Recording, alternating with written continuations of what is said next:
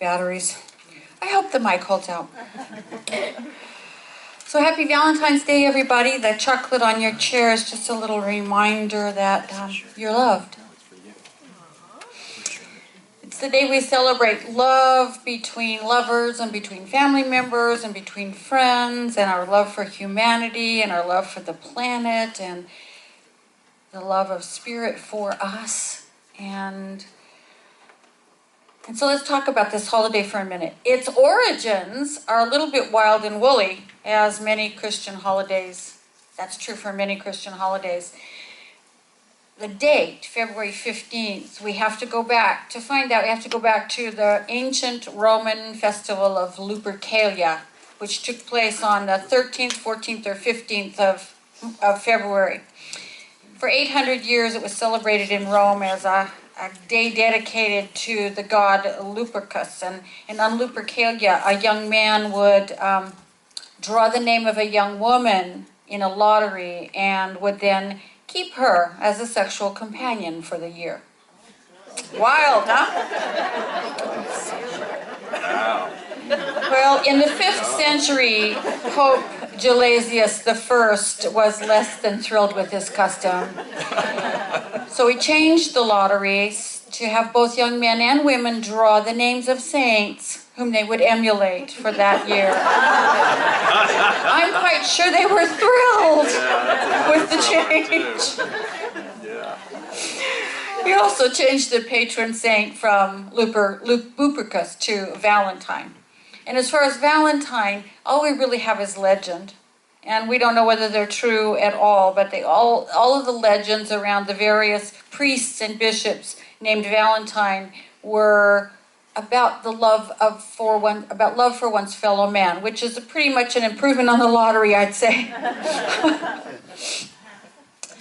So I want to talk about love today, but I want to begin with, I don't know whether I'll begin there or not, but anyway, I want to talk about the love of spirit, whatever it is that created us, about love for ourselves, and about love for others and creation. Our year-long theme is creating a world that works for everyone. And in our organizational vision statement, it says, we see a world in which unity with God and connection with each other is emphasized. That's a pretty tame way of saying it, I think. But there it is. The whole idea is that unity with God and all creation is foundational. It's a fundamental idea for us, that we're part of a cosmic unity that fills the entire universe with itself. That cosmic unity that some call God or intelligence or consciousness itself, whatever you call it, there's only one. And we live in it, and it lives in us. And in the book, The Science of Mind, Ernest Holmes said, through the prism of infinite love, I recognize the oneness of God and humanity. Through the prism of infinite love. So the place to start, it seems to me, is what does that mean? The prism of infinite love. And as I thought about it, I thought, isn't knowing infinite love our deepest prayer of all human beings? That's our deepest prayer, to know that there's something out there that loves us without bound, without reserve, without condition. Paramahansa Yogananda said, the greatest love you can experience is the communion with God. The love between the soul and the spirit is the perfect love, the love you are all seeking. If you meditate deeply, a love will come over you such as no human tongue can describe. You will know divine love. And then he went on to say that in the universal sense, love is the divine power of attraction in creation that harmonizes and unites and binds together.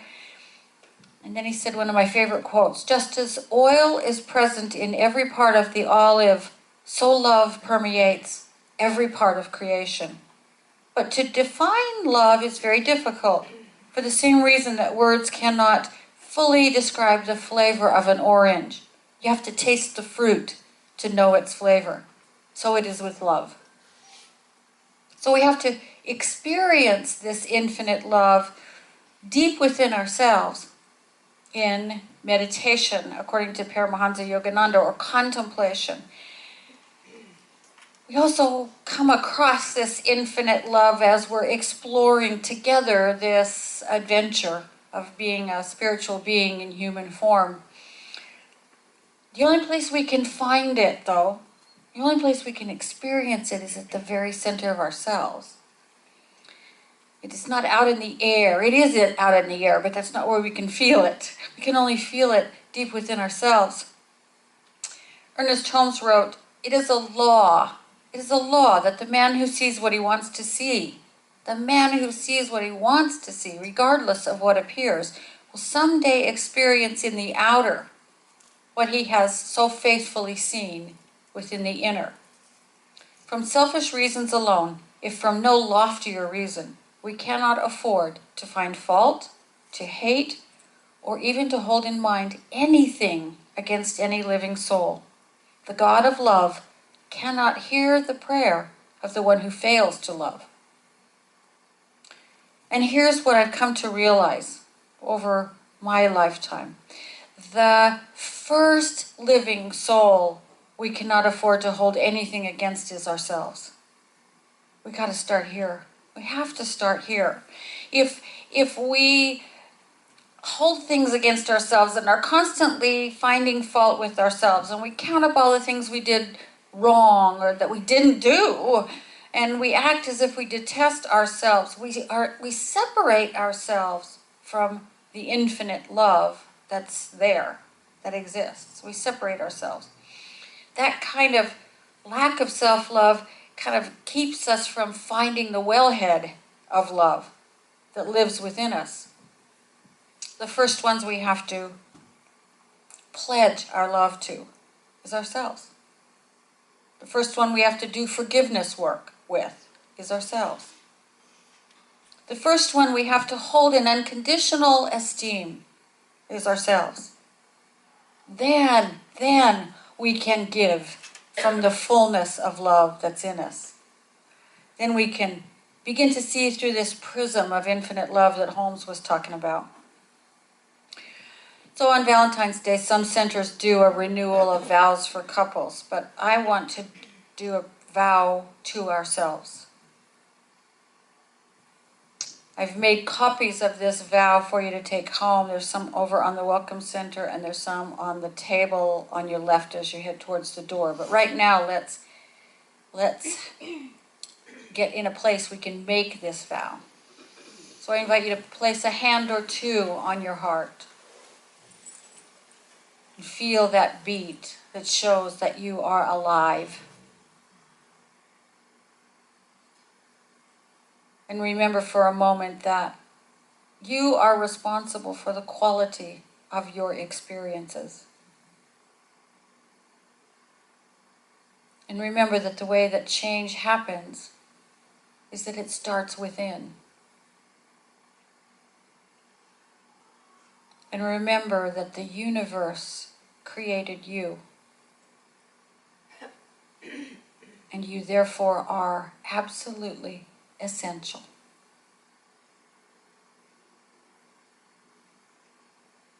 Begin to feel the love that is always living at your center. It is always there. No matter how your day's going.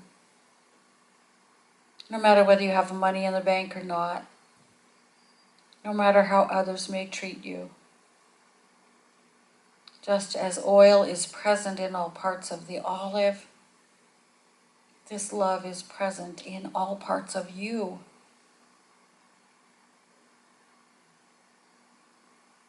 At your center is a great and abiding love. You can call it your Buddha nature, the Atman, the soul, the divine spark, the fountain of life. It is always there and more real than any circumstance which may come and then go. This love is always there. So just let yourself feel that and rest in it. It is who you are.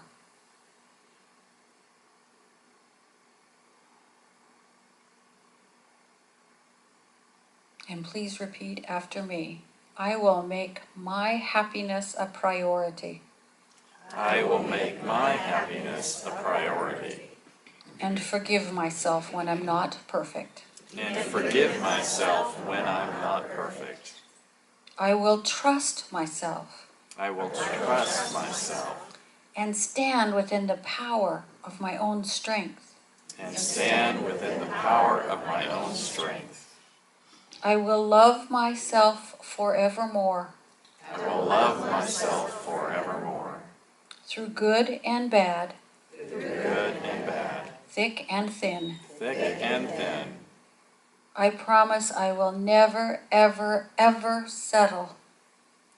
I promise that I will never, ever, ever settle. For less than what my heart and soul desire. For less than what my heart and soul desire. I say I do to a life of passion. I say I do to a life of passion. Purpose. Purpose. Joy. Joy. And prosperity. And prosperity. And so it is. And so it is. When we take that vow and begin to make it part of who we are, we start living from that love that's already within us. We start to live from that place. We stop the leaks, so to speak, of that fountain of love that's always pouring through us. And then it begins to fill us up and then pour out. And we give from that overflow, and we're really giving, you know? We're not giving with any strings. We're giving from the overflow. So we start to take that level, that pledged level of trust and love and forgiveness into everything we do. It doesn't happen overnight, but it does happen. Because we treat ourselves differently, we start treating everyone and everything differently as well. It is a law. It is a law, said Holmes, that the man who sees what he wants to see, regardless of what appears, will someday experience in the outer what he has so faithfully seen in the inner. So when there's love within, we see love without. When we experience love within, we experience it everywhere we go. I think most of the ills in our world somehow stem from lack of self-love and self-esteem and self-forgiveness and self-respect. People who are hurting transfer it. They just transfer it to the outside, and they transfer it onto other people and circumstances and institutions, because they're often frustrated and depressed because the pain continually spills over into the present. It's past pain, but it continues to spill over into present consciousness. And, you know, we've all done this. We've all erupted inappropriately with strong negative emotion because something has triggered us, has triggered a past hurt, right? Hurt people perceive every word and every action not through the prism of infinite love, but through the prism of their own pain, which is why that statement, hurt people, rings so true. Does any of this sound familiar? I mean, I've been there. I got the tattoo. It's fading, but it's still there, you know? I've acted out all over the world out of my own pain. But when we begin to live from a place of self-love and self-forgiveness, we help others see how to do it themselves. We kind of love them until they can learn to love themselves. That's why it's important, I think, to remember those vows, to make your happiness a priority, to forgive yourself when you're not perfect, to stand in your own power, and to stop settling for so-so when your heart and soul are urging you to do something different. Because it's out of fullness that we're able to love. It's out of fullness that we reach out our hand to somebody else and say, hey, can we talk about how essential you are to this universe? I'm not saying we go out and say, let me tell you about divine love. No. We don't do that here. What we do is show up with our own loving hearts and say, you matter. You matter to me and you matter to the universe. I read a couple of stories the other day that really brought this idea home to me. There's a guy named Dale Beatty who lost both his legs below the knee in Iraq, and he came back to his town, and he was trying to build a house that he could manage on his own, and his whole community chipped in to help him, and they were all there working, and they created this house that was adapted to his needs. And they really thanked him through their actions and loved him through their actions. And he is a really healthy human being. He's kind of gotten over all the stuff around that. And he founded this thing called Purple Heart Homes. And they help build and modify homes for veterans in similar circumstances. That's what he does. He does it from love instead of bitterness, you know? It's a whole different thing. And I read about a woman in Charlotte, North Carolina, whose brother lived on the streets, and she finally was able to get him somewhere where he belonged because he had some pretty serious mental illness. But he got sick from the food because they were feeding him processed food in the institution. They couldn't afford fresh fruit and vegetables. So she tore up her yard and started growing vegetables and fruit. And last statistic was she'd given away 13 tons of fruit and vegetables to people in the neighborhood who needed it. That's a lot of vegetables and fruit to grow in your yard, right? She just keeps doing it every year. I read about a man in San Diego whose son died of leukemia, and so he started a little service based on love, not pity, but based on love, where he takes kids who can't otherwise get to their chemotherapy and treatment appointments. He takes them there, and he's got a little bus, and it's a happy little bus, and he picks them up and takes them. You know, when their parents can't afford a car or whatever, he takes kids around. And I guess my favorite was I read a little story about a woman who was moved to New York all by herself and got really depressed. She was seriously depressed. And she kind of worked through that time and built her self-esteem based on a pledge to love herself.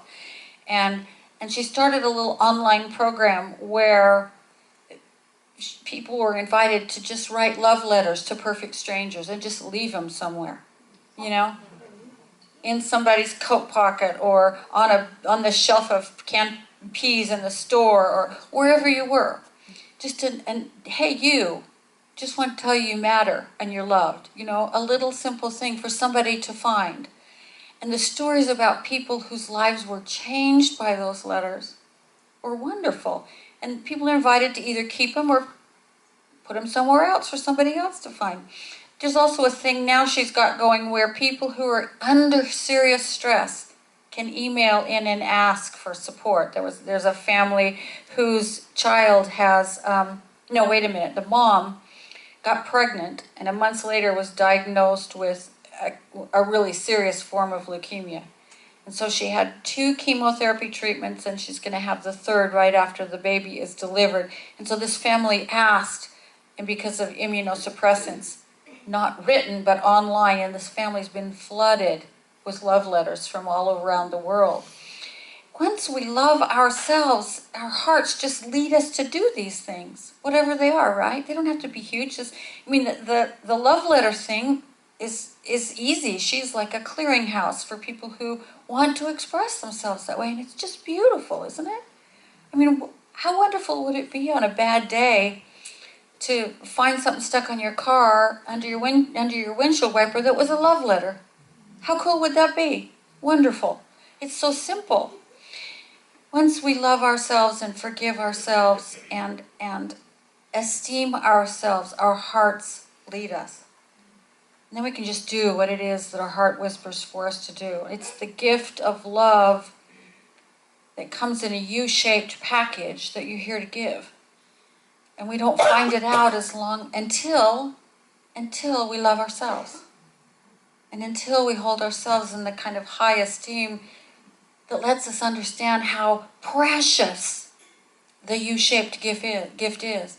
Your gift is precious and essential, and there's only one of it in all time and in the whole universe. So we learn to give that when we love ourselves. Then we don't care what anybody else might think. We don't care if somebody sees us putting a note in their coat pocket, because we know they're going to find out later it's a love letter, right? We just let the love that we are be free. We let the love we are dance into the world and gladden somebody's heart without really thinking about it. It is who we are. So I want to close out with another set of vows. These are vows to life. So please repeat after me, using whatever name for God you want to use. God is all there is, seen and unseen. God is all there is, seen and unseen. My every moment, My every moment, my every breath my every breath is divine. is divine. Everywhere I stand is sacred ground. Everywhere I stand is sacred ground. I am willing to be uniquely me. I am willing to be uniquely me. I am willing to love generously. I am willing to love generously. I am willing to accept good I am willing to accept good as it comes to me without excuses. as it comes to me without excuses. I am willing to accept the gift that I am. I am willing to accept the gift that I am. I am willing to let love be my answer to all. I am willing to let love be the answer to all.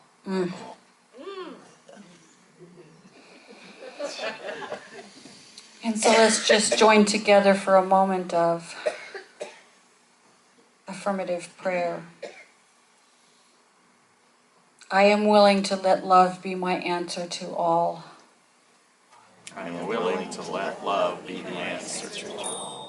For there is only that all. There's only that one. There is only that one life that lives and permeates every corner of the universe and every moment of time. It is that which out of its own love for us gave rise to us, created us out of its own being and through its own power of its own life. So that each one of us is a unique, beautiful, perfect, sacred package of God's life right here and right now on this planet. And as we realize that and grow to love this package that we are, this gift that we are filled up. There is nothing in us anymore that can hold us back, that can deny us the fullness of life that is trying to express itself through us and as us, as bearers of the divine life to each other, to the world, to the universe. So I know for each one of us that our love and esteem for ourselves grows by leaps and bounds, that we are willing to honor that vow that we made, that we will forgive ourselves when we're less than perfect, that we will love ourselves eternally, that we will allow ourselves to shine and to shine and to shine. I know this is the truth of each person here. We are divine ideas who have come into form and whose time to be the very shiniest we have ever been is right now. And so I say thank you to the whole universe for this time we've had together, for life itself, for each and every one of these beautiful packages of love. And I release it. I let it go. I know it's already so.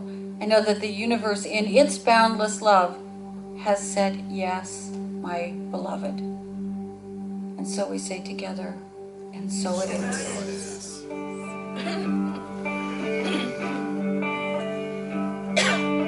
I am just a thread, a simple thread in this glorious web of life. We are trust within a stream flowing towards an ocean of light. We may forget where we come from. We may forget where we're going to. I might not see that you're a reflection of me as much as I'm a reflection of you.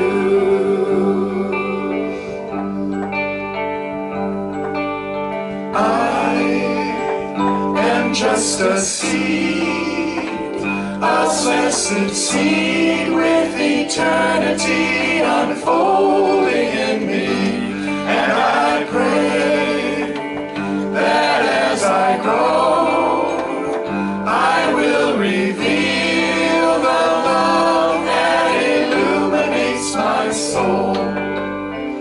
When I remember where I come from, when I remember where we're going to, then I will see that you're a reflection of me as much as I'm a reflection of you.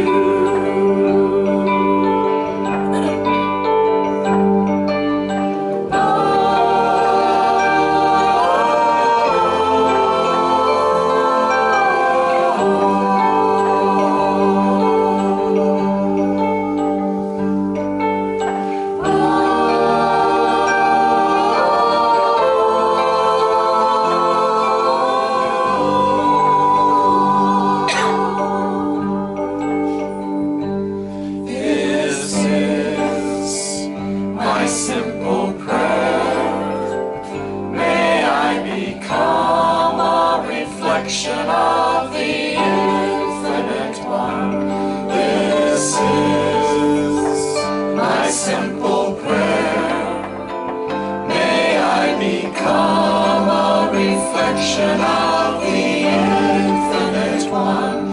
This is my simple prayer, become a reflection of the infinite one. This is my simple prayer.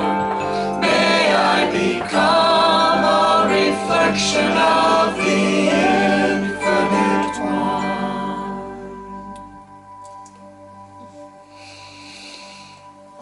one. Amen. So now we have an opportunity to give in support of the center and also an opportunity to just take a moment to be grateful. To be grateful for all the love that there is to be found in your life and in you. So I just invite you to let that gratitude fill you up. There is so much to be grateful for. Even the sunshine in the midst of the cold is a wonderful thing.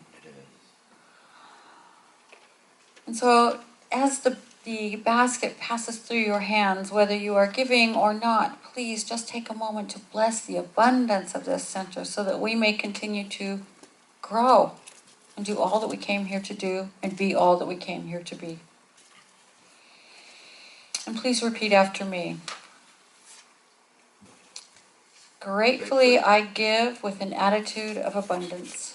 Gratefully I give with an attitude of abundance. I know that as I give, so do I receive. I know that as I give, so do I receive. Abundantly. Abundantly. And so it is. And so it is.